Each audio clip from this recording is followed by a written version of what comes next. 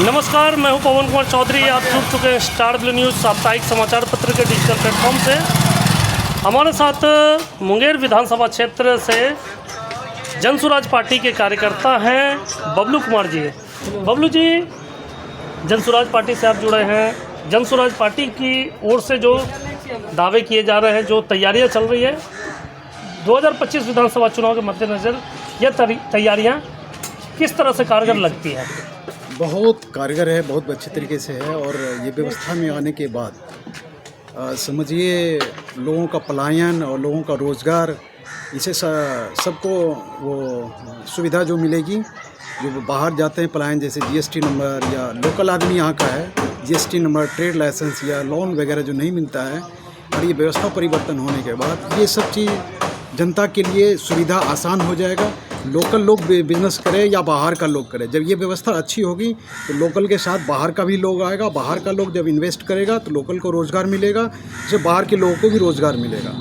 पलायन के मुद्दे पर जो प्रशांत किशोर सवाल खड़े करते हैं, जो वायदे करते हैं, उन वायदे पर क्या लगता है कि जनता भरोसा करेगी? बिल्कुल भरोसा करेगी। उनका मिशन है पंचायत स्तर, ब्लॉक स्तर, जिले स्तर पे जब इंडस्ट्री होगी, छोटी छोटी इंडस्ट्री लगे, बड़े बड़े इंडस्ट्री लगे, इंडस्ट्रियल हब होगा हर पंचायत लेवल पे, ब्लॉक लेवल पे, जिले लेवल पे, तो ये जो भी पलायन अभी इधर उधर ट्रेन में भर के जाते हैं, हो सकता है अगर इस तरह की व्यवस्था अगर बनती है तो बाहर के लोग एम्प्लॉय, रोज़गार जो भी है, बाहर जा कर के ना, बाहर से लोग यहाँ बिहार में आने का कोशिश करेगा। अब प्रशांत किशोर की जो रैली 11 अप्रैल को थी पटना के गांधी मैदान में, विपक्षी पार्टियां उसे विफल करार दे रही है। क्या वाकई वो रैली फ्लॉप साबित हुई थी? बिल्कुल ये गलत है। उनकी प्रासंगिक पहले का प्लानिंग किया हुआ है, जो व्यवस्था को रोकने के लिए या ऐसी रैली को आयोजन होने से पूरी चारों तरफ व्यवस्था को चरमरा के रखा हुआ था, ताकि कोई एंटर न कर पाए। लाख या 50,000 करीब लोग बाहर ही इधर उधर भटकते रहे, बसों के अंदर या छोटी छोटी गाड़ियों के अंदर, या जो भी ये सुविधा हो, कन्वेंस हो, उस सुविधा के अंदर। अगर वो ट्रैफिक खुला होता, ट्रैफिक ओपन होता, तो बिल्कुल उसमें भीड़ इतना रैली के अंदर, उसके अंदर बाहर इधर उधर घूमता रहता। लेकिन वो व्यवस्था वैसा नहीं हुआ, उसकी वजह से वो वहाँ तक पहुँच नहीं पाया। और रोजगार के सवाल पर सभी पार्टियां अपनी ओर से दावे करती है। रोजगार के मुद्दे पर प्रशांत किशोर भी बोलते हैं बेरोजगारी दूर होनी चाहिए। क्या कुछ स्ट्रैटेजी रोजगार के ऊपर प्रशांत किशोर की ओर से है? बिल्कुल, रोजगार के ऊपर अभी भी उन्होंने ओपन किया हुआ है। जो इंटर तक पढ़ा हुआ है वो ट्रेनिंग लेकर के, 5 दिन का ट्रेनिंग लेकर के वो काम कर सकता है, जो अभी कंटिन्यू है। इसके अलावे इसके बाद भी अगर वो व्यवस्था में आने के बाद लोगों को व्यवस्था ऐसी बनाएगा, मैंने पहले ही कह चुका इसके बारे में, जीएसटी या जो भी बिज़नेस से रिलेटेड हो, जो भी काम हो, व्यवस्था होने के बाद लोन मिलेगा, खुद को वो छोटी छोटी इंडस्ट्री खुलेगी, छोटी एम्प्लॉय उसमें भी लोग करेगा, और बड़ी बड़ी इंडस्ट्री अगर बाहर से आता है तो उसमें भी रोज़गार लोगों को दिया जाएगा। प्रशांत किशोर व्यवस्था परिवर्तन को लेकर बार बार कहते हैं, तो क्या लगता है कि प्रशांत किशोर अगर सत्ता में आते हैं तो क्या वाकई जनसुराज पार्टी के जो नेता, जनसुराज पार्टी के संभावित विधायक बनेंगे, तो उन लोगों में क्या लगता है काबिलियत है बिहार की व्यवस्था को परिवर्तन करने की? देखिए, ये तो एक आपने महत्वपूर्ण मुद्दा बताया है कि विधायक की काबिलियत, ये काबिलियत उनको परखना पड़ेगा, पहचानना पड़ेगा कि कौन विधायक किस तरह का, क्या मैटर है, क्या विचार है। इस विचार पर जो बताया आपने, ये बहुत महत्वपूर्ण और संवेदनशील मुद्दा है।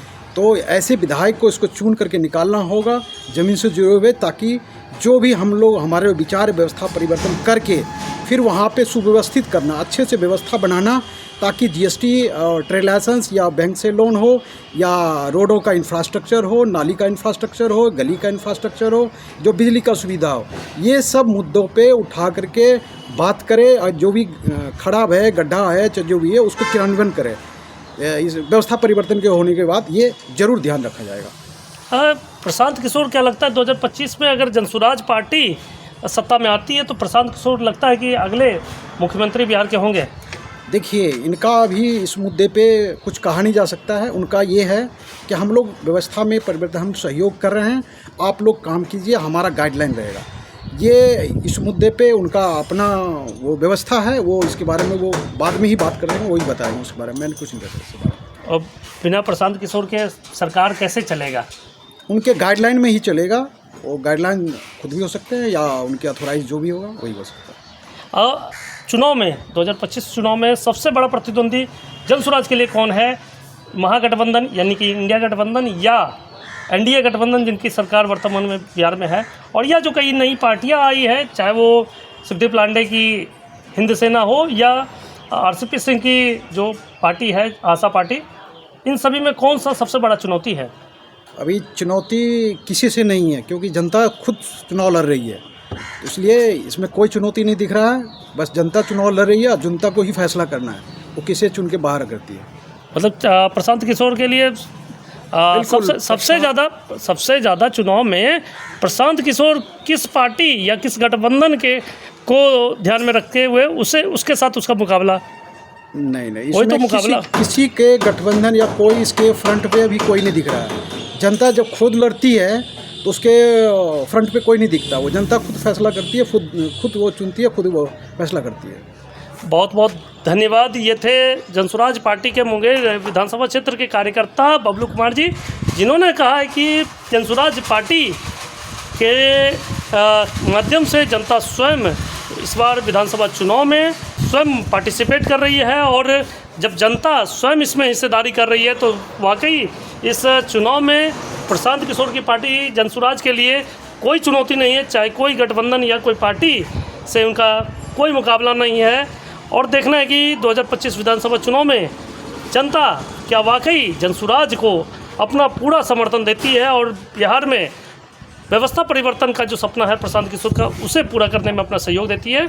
हमारी इन खबरों पर आगे भी नज़र बनी रहेगी। जुड़े रहें स्टार ब्लू न्यूज़ साप्ताहिक समाचार पत्र के डिजिटल प्लेटफॉर्म से। तब तक के लिए धन्यवाद।